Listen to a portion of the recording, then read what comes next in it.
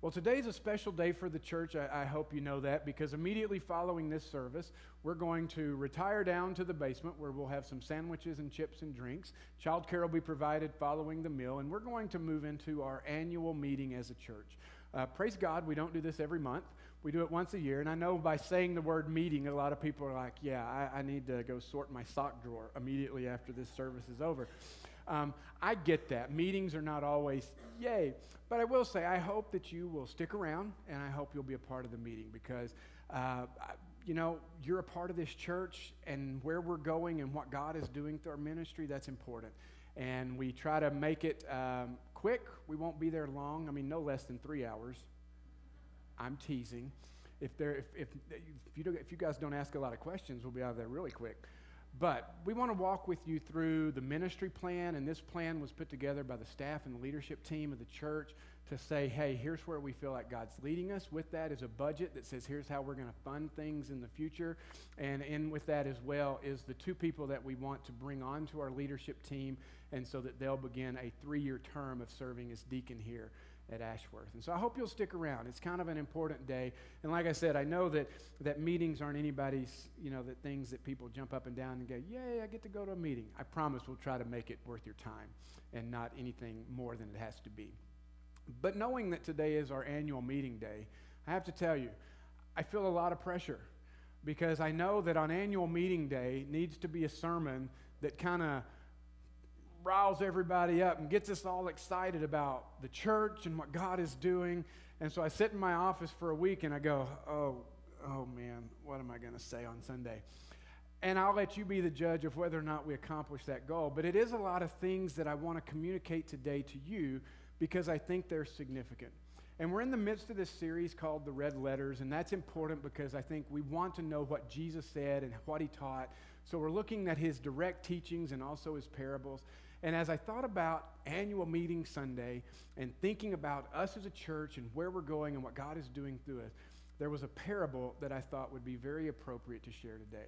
And it's probably one, if you've been around church any length of time, it's one you're probably familiar with. You've probably certainly heard a sermon on it. And it's the parable of the sower. And that's what I want us to talk about today. I've titled this sermon, It's Time to Sow, because I think it's important for us to kind of draw another line in the sand as a church and say, okay, this is going to be a defining moment where we as a church continue to move forward. Today's parable, as I said, is well known. In fact, it's covered not just in one gospel, but in Matthew, Mark, and Luke. But we're going to look at Matthew's retelling of the parable of the sower. So if you have your Bibles, we're going to be in Matthew chapter 13. And this is a unique parable. And remember, I keep using this word parable, and I don't mean to use it without explaining it. Remember, it's just an extended metaphor. It was a story that Jesus would tell, which would use common everyday things to make a spiritual point or to teach a spiritual truth. In fact, there's a classic definition that says a parable is an earthly story with a heavenly meaning. And so that's what we're talking about today. So Matthew chapter 13, listen to the parable of the sower. Oh, and here's the other special thing about this. This is one of the 2 parables that Jesus actually took the time to explain to his disciples. So we're going to look not just at the parable, but then we'll follow it up by looking at how Jesus told his disciples what it actually meant. So Matthew chapter 13, starting in verse 1, says, that same day Jesus went out of the house and sat by the lake. Such large crowds gathered around him that he got into a boat and he sat in it, while all the people stood on the shore. Then he told them many things in parables, saying, a farmer went out to sow his seed. As he was scattering the seed, some fell along the path, and the birds came and ate it up. And some fell on the rocky places where it did not have much soil. It sprang up quickly because the soil was shallow. But when the sun came out, the plants were scorched, and they withered because they had no root. Other seed fell among thorns, which grew up and choked the plants. Still other seed fell on good soil, where it produced a crop 160 and 30 times what was sown. Whoever has ears, let them hear. Now scoot over to verse 18 in that same chapter. We're skipping over just a section where Jesus describes why he's teaching in parables. And that's not what I want to focus on today. We'll have to come back to that later to dig into that. But verse 18, Jesus digs into what this parable actually means. He says, listen then to what this parable of the sower means. When anyone hears the message about the kingdom and does not understand it, the evil one comes and snatches away what was sown in their heart. This is the seed along the path. The seed falling on rocky ground refers to someone who hears the word and at once receives it with joy. But since there was no root, they last only a short time. When trouble or persecution come because of the word, they quickly fall away. The seed falling among the thorn refers to someone who hears the word, but the worries of this life and the deceitfulness of wealth choke the word, making it unfruitful. But the seed falling on good soil refers to someone who hears the word and understands it. This is the one who produces a crop yielding 160 or 30 times whatever was sown. So there is this traditional interpretation of this passage that I want to start with today. And we're not going to spend a lot of time here, but I want to make sure that as Jesus said, here's this story, I want us to understand what Jesus was saying. We understand that this is a story about a farmer. And it would have been very common for the people around him to understand exactly what he was saying. Now, for us, it might be a bit more challenging because we live in a day and age where farming is an exact science. You have farm equipment that is huge and costs hundreds of thousands of dollars. It has GPS equipment in it. They can take a picture of your land. They can figure out exactly where you can plant and how much you can plant. And a tractor driven automatically by GPS will make sure that you get the maximum yield for every seed that goes in the ground. They did not have John Deere in Jesus' day. Things were a little different. So we have this picture of this farmer. First thing we know is that farmland wasn't necessarily defined. It may not have a fence around it. In fact, you hear about seed going on the path, and you kind of think, well, was this farmer crazy? Is he just like, woo, wherever? No, it would have been common for a path to go right through somebody's field because that's where people walked, and so it would have been hard and packed just because it was a road that people used. But he was going to plant on both sides of it, so he'd go out and he'd scatter the seed. It would be done with a satchel or a sack over the farmer's shoulder, or they might even put these on ox or donkeys and go have the donkeys walking through, and they're taking the seed and they're just scattering out as far and wide as they can. Now, for us, that seems a little bit crazy, but this is the times. That's how they farmed back then. They would just toss it out. And where today we plow the field before we plant, as I was studying this, it said sometimes they would plow before, but sometimes they would plow after. So they'd go out and scatter the seed, and then they'd get the oxen all hooked up, and then they would go plow and let the seed fall in after they plowed. So, it's a little different ball game for us. But as Jesus is talking to this crowd, they're like, oh yeah, I know Joe. That's exactly what Joe does. That's how Joe plants his field. I've seen Joe every fall. It's when they plant, and he's out there just tossing that seed. So this was a story that was very relatable, very relatable. And Jesus uses this, though, to describe four responses, or four different ways that something that might happen to the seed. The first one, he said, it lands on that path. And it's a hard path. It's so hard that the seed can never penetrate into the ground. It just lays on top. And, of course, you have birds circling overhead. And when they see the seed, they come in and they steal it. What's fascinating is that when Jesus talks about the birds coming in, there was this idea among the Jewish culture that birds were evil. And so before Alfred Hitchcock ever did his movie, Jesus was playing into this idea of the evil birds coming and snatching the seed, or being used by Satan to prevent that seed from taking root. So you've got the path and nothing happens there. And then he talks about the rocky soil. And when you find that the soil, it's not that there was soil with just these big boulders everywhere. That'd be a little silly, right? Just let me hope it goes in between the rocks. No. What was happening is that there would be a layer of bedrock or limestone underneath a very shallow layer of soil. Now, on the top, you wouldn't know this. On the top, it would be dirt. And you would think, oh, this looks pretty good. And so you would toss the seed out there hoping it would grow. And then it would. It would shoot up really quickly. But because the bedrock was so close to the top of the soil, there couldn't be a good root system to get down in order to help the plant sustain during the difficult weather. And the sun would come out in the hot days, and it would scorch it, and the plants would die. They just weren't equipped to stand up against the elements. The other seed is the seed that's planted among weeds. And again, this might be a little deceptive because as you look at it, if it's all down and nothing's out there, you don't know that there's weed seed underneath. At my house this past week, I had a fun little experience with a thistle. I don't always go around this side of my house, and the last time my son mowed, so I hadn't been on that side of my house in a while. And so when I went around this week and I look and I go, oh, that's a nice little thistle. And I'm not exaggerating. It was this tall. As I looked in the flower bed that it was in, it had actually started killing things around it. Things wouldn't grow. And that's what Jesus is talking about. They had these tall weeds that would grow 6 feet tall in Israel. And they would suck the nutrients out of the soil. And even though you'd toss the seed and you think it might be okay, when the weeds began to grow, you knew that your seed was in trouble. Your plant was in trouble because you knew the weeds were going to choke out the plants that you wanted, and they would keep them from the nutrients they needed. And then, of course, the last illustration is the seed that lands on the good soil and produces an amazing harvest. And it is kind of crazy that Jesus says 100, 60, 30, because 100, back up, 30 would have been an amazing harvest. But for Jesus to say 100 is just out of this world. It would have been the best harvest that anyone could have possibly imagined.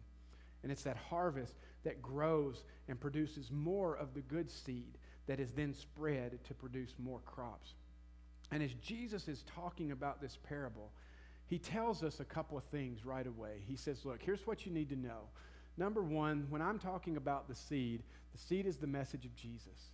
Matthew, Mark, and Luke each describe it a little bit differently. One says it's the Word, one says it's the kingdom of God, one says it's the Word of God.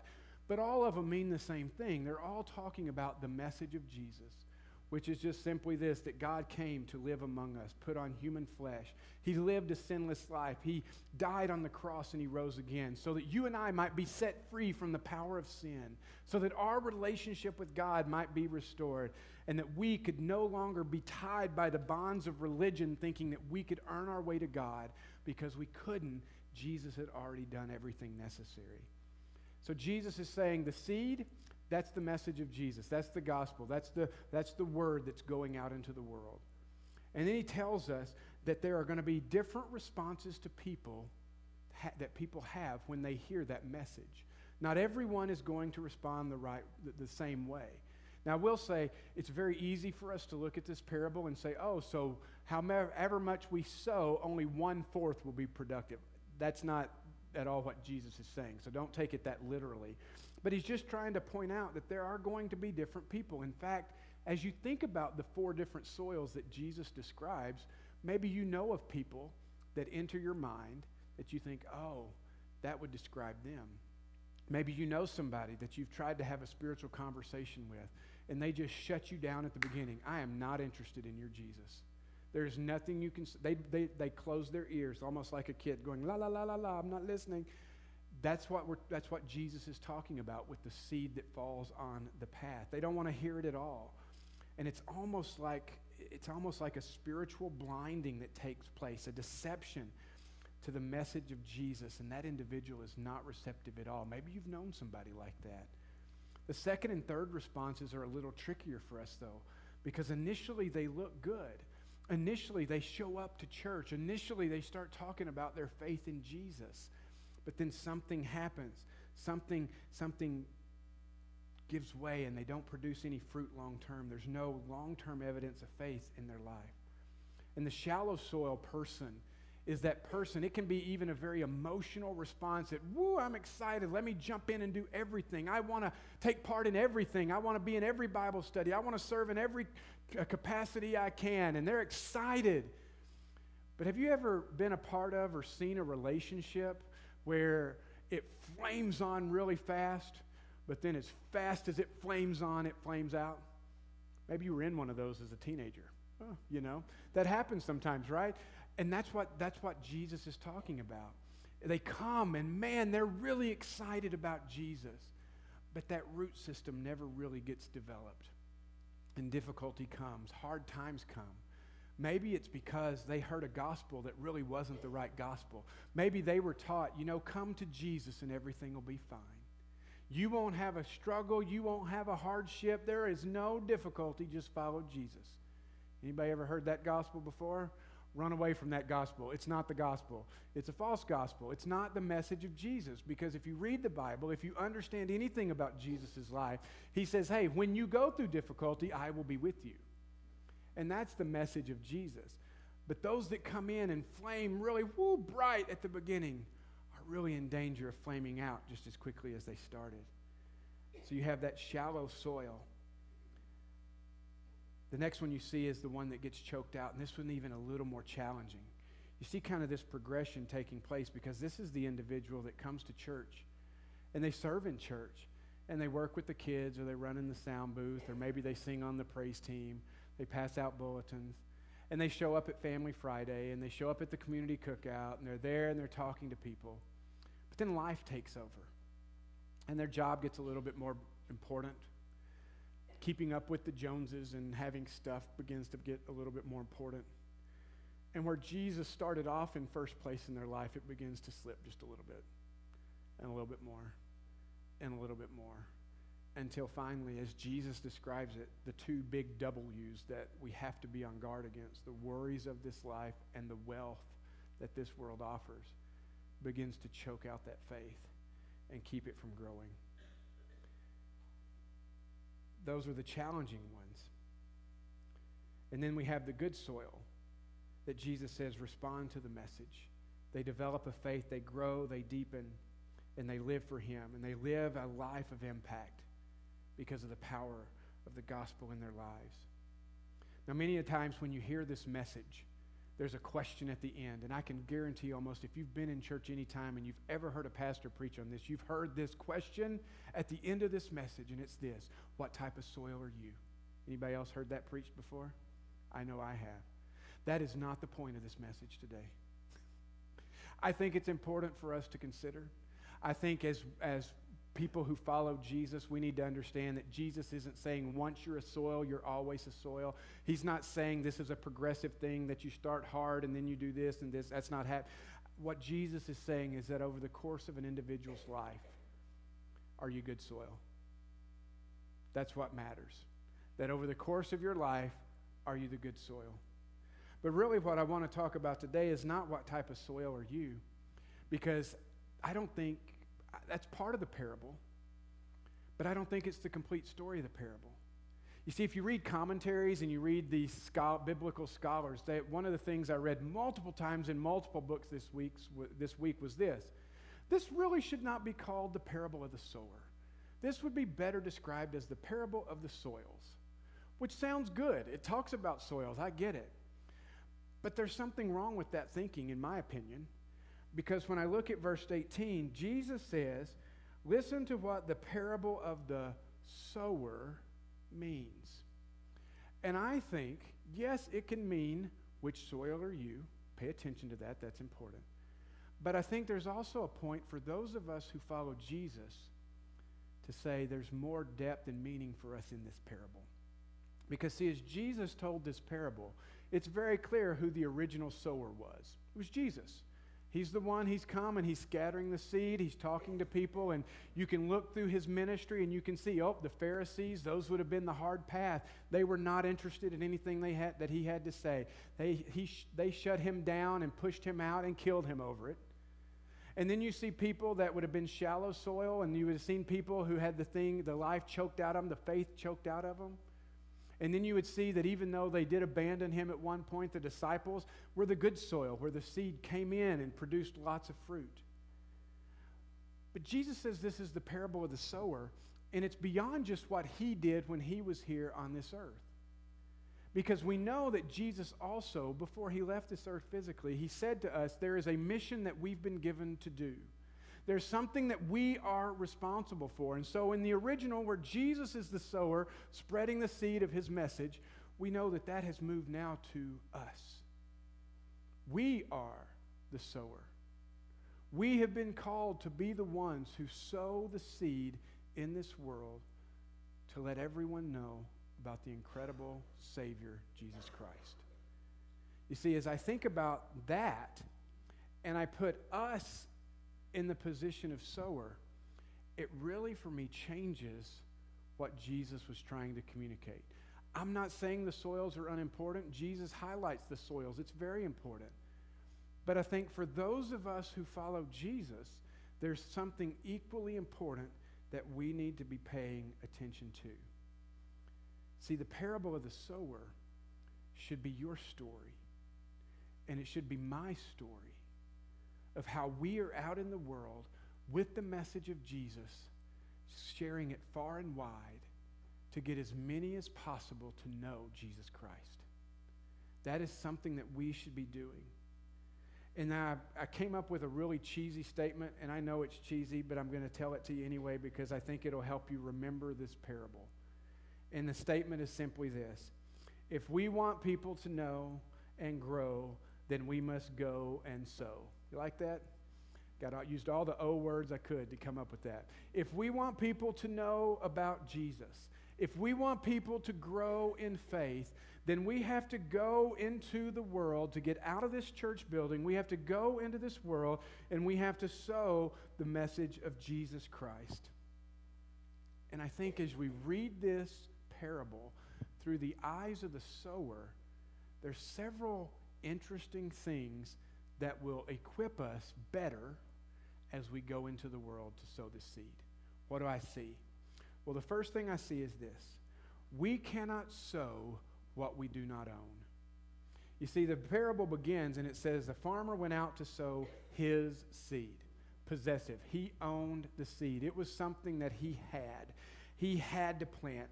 He didn't listen to other farmers talk about planting and think that that was enough. It was his relationship with the seed that allowed him to be able to plant his crops. You see, many times I think we depend on other people's stories of faith in order to be enough to share. But it's not. You see, we have a story to tell. We have something to share with the world. And if we don't, maybe we need to evaluate our relationship with Jesus. Because it's never going to be effective for me to say, well, let me tell you about Mary Ann's faith. She's got a good faith. Because it loses a little bit of credibility if I can't speak to it personally. And I think the parable of the sower is telling us, how is your relationship with Jesus? Are you the good soil? Have you developed? Have you grown? Are you showing the fruit in your own life? We need to be sure that we have that receptive heart and that seed has been planted. Now, as I say that, I want to caveat it with this: don't make it harder than it has to be. I think sometimes we assume that in order to be able to tell anybody anything about the Bible or about Jesus, that you need to have a doctorate in biblical studies. And that's just not true. It's not true at all. I remember a time I was in a class, and this class, the object of this one question was, what is the minimum that people need to know in order to follow Jesus? And let me tell you what, if you want to get no answers and really complication, sit around with a bunch of wannabe theologians and they will just make your head spin. I mean, people were writing on the board and it's, oh, you got to know about creation, and oh, you got to know about Moses and the Ten Commandments, and oh, and you know what? And at some point I'm like, is there a sharp stick that I can stick through my eye, because it would be less painful than sitting here doing this. We really do buy into this mentality that it's so complicated. But do you know what it takes? One step. One step. If you are one step in front of the person behind you, then you are equipped to share everything you need to share to tell that person about Jesus. Because you can tell them about your experience with Jesus. You can tell them why you decided to follow Jesus and the difference Jesus has made in your life. And it doesn't mean you have to have 50 years of experience to do that. All you need is one step. But it must be your step. It has to be something that is yours. So I believe the parable of the sower is saying, make it your own. Own it. Make it your faith. Don't depend on somebody else's story to be able to share. Know your story and share that. The other thing I think we see here in the parable of the sower that Jesus is speaking to us is we need to be intentional. It says the farmer went out. He went out. He didn't wake up one morning and walk outside and go, wow, look at all these crops. Who did this? This is awesome. This was not an accident. This was very intentional. The farmer knew, I want to eat. So what do I need to do to eat? I need to sow the seed. And here's where I think we can get tripped up as Christians sometimes, is because we want to act intentionally, but then we say things like this, well, let's pray about it. And I love prayer. Prayer is critical. It is necessary. We hope to continue to develop a deeper culture of prayer here in this church. But prayer also can become an excuse for inactivity. Because if all we do is sit on our rear ends and say, oh, I'm just going to pray about it, you know how much seed gets sown? Not one drop. And we have to be intentional about praying about it, but then getting up and going out and doing something about it. We have to. Because if we don't intentionally do it, it will not get done. Period. I think there's something else we need to see in this parable of the sower, and I think this is fascinating. Do you realize that the same seed that Jesus is talking about in this parable is the same seed that he sowed, is the same seed that you and I are called to spread today? Now, sometimes we forget that, I think, because the message that Jesus proclaimed was a message of power. It was a message of change. It was a message of transformation. And yet sometimes when we think about Jesus, all we think about is, well, who wants that? That means you got to get up early on Sunday morning when you could sleep in, and nobody wants that. And it means you have to have these whole bunch of rules, and who wants that? And we swap the message that Jesus had, the true seed, with some genetically modified garbage that's no good, that's not real. And we forget that what was at Jesus' disposal then is at our disposal today. And can I just say this as well? That the same seed that Jesus had is the same seed the church down the street, the big one, they have, is what we have. Now, I get that sometimes we can look and we can go, well, who am I? You know, kind of a oh golly shucks kind of thing. Who am I? I'm just little old me. I don't have anything to offer. What do you mean? You're a child of the King. You're a citizen of the kingdom of God. Don't ever fall into that mentality. And us as a church, sure, we could sit back and we could go, well, look at us. We're just a small little Baptist church here in West Des Moines. What can we do? What do you mean, what can we do? We can do everything that Jesus did. We can do everything. We have the Spirit of God living within us, empowering us, leading us into this world. How dare we ever stop and say, oh, who am I? In my office, right across from my desk, there are two calendars. They're huge. It's 2018 and a 2019, and yes, there are already things on the 2019 calendar. And on it are my lovely little colorful sticky notes, because that's how I operate. I like to have color-coded things. There's a picture right in the middle of the skyline of Des Moines. It reminds me of our mission field. It's a beautiful picture. And then right under it, there's one of those big sticky Post-it note things, you know, that you use in meetings and stuff. I love those things. I have about 8 of those pads in my office. They're all over my walls. They remind me of things. But right in front of me is something I wrote down in January. And I've been looking at it every day of 2018 as an incredible reminder to me. When we ever think, who am I? Golly gee, who are we? This is what I look at. And I took a picture of it so you could see it. There's my calendars.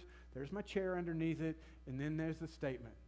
And that's my handwriting where it says, we lack absolutely nothing to reach our full kingdom potential and be all that God desires Ashworth to be. Think about that. We lack nothing to be the church that God has called us to be. So we can never get stuck in a mentality that says, who am I? Who am I? We're the children of God. We're the church of Jesus Christ. We're the hope of the world. And we've got everything we need at our disposal. And then I wrote, this came a few weeks later. It says, but are we availing ourselves to all that God has given us, the Holy Spirit? You see, it's easy for us to look around and we could go, yeah, but, you know, look at this building. I was walking through the foyer. There's stains on the carpet. I think there's a stain right here from that stinking Bible school last week. You know, I walk into the bathroom sometimes and, man, that thing stinks. And I've tried everything in the world to get that thing to smell better. I mean, you got things falling apart. The paint needs to be, look at this building. I'll give it up to our landscape team. The landscaping looks great, but come on, the building. If we only had a better building, we could do so much more for God. Seriously? That's ridiculous. God has never been limited by a building. Buildings weren't even on the scene for the first 300 years. We can't stop and say, oh, if only. We also like to, oh, budget. You know what? If we just had $100,000 more, we could really go. We could really? No. Ladies and gentlemen, we lack absolutely nothing that we need to be everything that God has called us to be. And how do I know? Because the same message that Jesus Christ came to the world with is the same message and power that you and I have been given to go out into this world and sow ourselves. The power of the parable of the sower is not that the soil is powerful. Do you understand that? The difference is the soil, but the seed is the same, and the power doesn't lie in the soil. The power lies in the message of Jesus Christ. That's where the power is, and we have everything we need to be everything God's called us to be. And if that statement is true, then what is stopping us? The next thing I see from this parable is this: we have to be willing to sow far and wide. We cannot get content, we cannot get complacent with an us for and no more mentality. We exist for one another, and I will tell you that. We do. You cannot read the New Testament and the one another passages and think we don't have a responsibility to each other. This morning in the first service, we had a baby dedication of Francis. Do you guys know Francis? He's actually 10 years old. He's a miracle baby. He was brain dead 72 hours when he was born. They never thought he'd live, and here he is, celebrated his 10th birthday last week. He's a fun kid. And you know what? When we dedicated that child, I said, look, it's not just them, this mom and dad, that are dedicating this child. We as a church are making a commitment to stand alongside them, to encourage them, to pray for them, to help Francis know Jesus Christ as he grows up, and to help him develop faith. We exist for one another, but we don't exist only for one another. We also exist for those who are not here yet. And we need to do everything we can to make sure they have the opportunity to hear about Jesus. The problem is sometimes that we only want to sow seed one way, to a certain type of area, to the exclusion of others. But we know that if we begin to talk about how Jesus changes everything and how Jesus gives meaning and purpose to life, it might upset the comfort that we currently have. But we can't be content with our own comfort when there is a world outside this place that needs to know about Jesus. That has to stir us. That has to motivate us to say, you know what? I'm willing to discomfort myself in order that someone else might know Jesus. Have you ever wondered why we do some of the crazy things we do around here? There's some crazy things. Movie nights, cities do those. Why would a church do it? A swim night when 700 of our closest friends show up, even when we don't really know how they got there. VBS, that's a wild week. Over 100 kids in this building tearing up our building every day. That's awesome. Neighborhood block party coming up in July. Petting zoo last year. Celebration of lights every year. Ashworth snow. That's a good one, right? Some of these things are just plain crazy, and I get it. Let's just talk about Ashworth snow for a moment. You guys drive past the great building. It's wonderful shaved ice. If you've not had any, I encourage you to do so. It's wonderful. Dessert. Why would a church put a shaved ice stand on his parking lot? That's a little bit nuts. I admit that. I'm not that, outside of reality to not think it is. You know why we do it? Because every night I drive by this place, I see picnic tables full of people. I see a playground covered up with kids. People out there from 12 at noon until 9 or 10 o'clock at night when we close.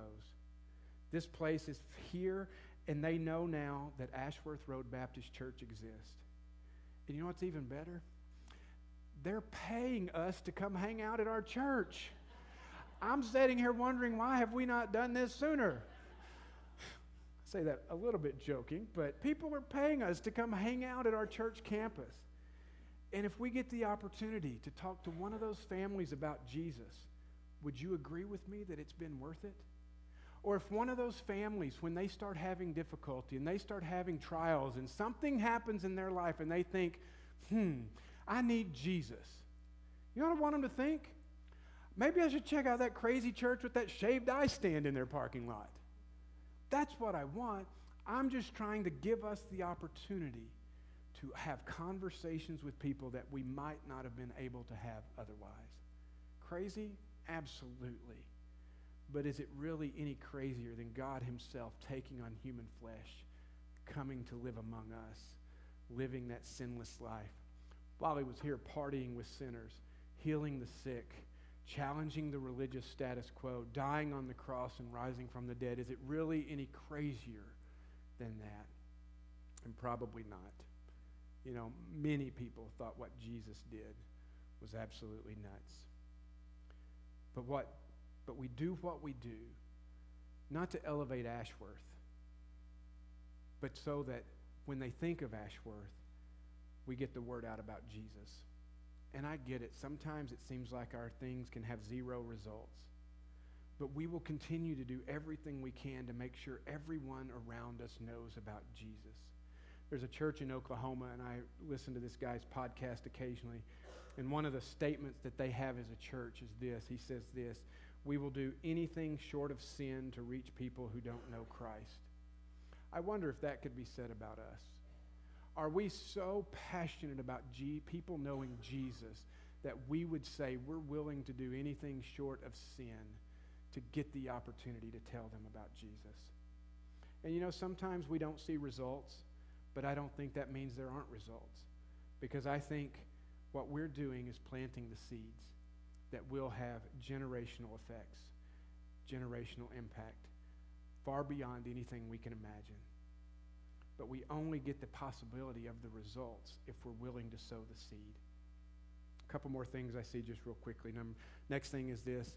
I think the parable of the sower tells us it's not going to be easy. This is not an easy task. It's not for the faint of heart. It's going to require effort. Not everything we do will be a hit. There's going to be times where we get tired and discouraged. Yes, even Brent, Mr. Bundle of Energy, gets tired occasionally. I'm so looking forward to my sabbatical. I'm exhausted right now, and that's okay. But it doesn't change the fact that we're going to try hard and do everything we can. But it's not going to be easy. Sometimes it may make us uncomfortable. You know, Jesus talks about an enemy that's out there. And I realize that that's passé thinking, and that's ancient thought. We're much more sophisticated than to think about a devil. Let me tell you what, we can try to ignore it all we want. But Jesus here said, be ready. Be on guard. Because there is an enemy, and he's out there. And when you begin to do things, when you begin to reach your kingdom potential, when you begin to make an impact in people's lives, you don't just get noticed by your neighbors, you get noticed by your enemy. An enemy that wants nothing more than to take us down. Just a few weeks ago, I had somebody come to my office, and they said, and I appreciated this so much, they said, good things are happening at Ashworth. I want to make sure they continue to happen. I just want to make sure we're on our guard, that we're prepared, we're praying, we're paying attention. Because as she told me, Ashworth has been here before. In the 90s, things were going well. Good pastor, things were moving forward, good spirit in the church. And then one thing happened, split the church. And honestly, it's taken this many years to get back. That's great counsel. That's great advice. Because we have an enemy that when people have lives that are changing, that enemy says, we got to put a stop to that. Jesus is telling us, be ready for that. Be on guard. Be prepared. And the last thing I think we see from this is about the soils. You know, we can't guarantee anybody's response. We don't get to look at people and go, oh, you'll respond well, but you won't. Oh, but you will. You won't. That's why the parable of the sower says, let's go. Let's get the word out. Let's get the message out as far and as wide as we can, because we don't know how people will respond. You know, I think it's important to remember, too, that even Jesus himself didn't have a 100% success rate. Let that one sink in for just a moment. Not everybody that heard Jesus speak went, oh, my goodness, Jesus, we love you. We're there forever. Nope. Some of them rejected. Some of them were fickle and were like, ooh, let me have the stuff. Show me the show. That's what I'm after. Oh, it's getting hard. I'm out of here. Not everyone stuck around with Jesus. That's amazing to me because I think, maybe there's a chance that somebody like me could have an impact too, if even Jesus didn't have a 100% record. We don't know how people are going to respond. We don't want to prejudge how people are going to respond. We just need to be faithful to plant the seed, to sow the seed. You know, as I wrap up here, ultimately we have a message that needs to be and must be shared. And it's not just my responsibility, I'm part of it. It's not just our leadership team's responsibility, although they're part of it. It's all of our responsibility to share this message. Not in some canned gospel presentations, not in stale tactics from years gone by, but the way Jesus did it, in hospitality, in conversations, in how we live, caring for people, talking to them, partying with them. Because how will they know and grow if we don't go and sow? I just close with this thought here. Recently I was reminded of a sermon from 1792. Impressive, right? It's like, good grief, Brent, what are you reading? Exactly. There's a guy by the name of William Carey. And he comes on the scene. He was a Baptist. And he comes on the scene at a time where there was a thing running through the Baptist faith called hyper-Calvinism. And hyper-Calvinism is the thought that says, oh, well, God's going to save who he wants anyway, so there's no reason for us to even worry about it. We don't have to evangelize. We don't need to do anything. God will take care of it. And when William Carey comes on the scene, he's bothered by this. His spirit is stirred, and he's like, this isn't right. And so he is now known as the father of modern missions because he took a couple of guys with him, and they went to India and started preaching the gospel over there. They translated the Bible into the language, and they did all this. But before he did that, he spoke to a convention of Baptists. And in 1792, he spoke what's been known as the Deathless Sermon. There is no transcript of this sermon. I can't find a copy of it anywhere. But it's called the Deathless Sermon because it had 2 points. And it's 2 points that are still remembered to this day. And they're the 2 points that I think should motivate and encourage us in the next 12 months as a church. As he preached his 2-point sermon, he said this. He said, we need to expect great things from God. We need to be a people that live with an expectation that we serve a big and mighty God that wants to do big and mighty things, and we should expect him to do that. You know what? When God does something amazing, we shouldn't go, oh, that's so surprising. We should be so used to it and be like, oh, that's God. He just does great things. We need to expect God over the next 12 months to amaze us often. But then with that, we need to be willing to attempt great things for God. We can't sit in this building. We can't sit on the sidelines. We got to get in the game. And we got to do everything we can, everything short of sin, for the opportunity to tell people about Jesus Christ.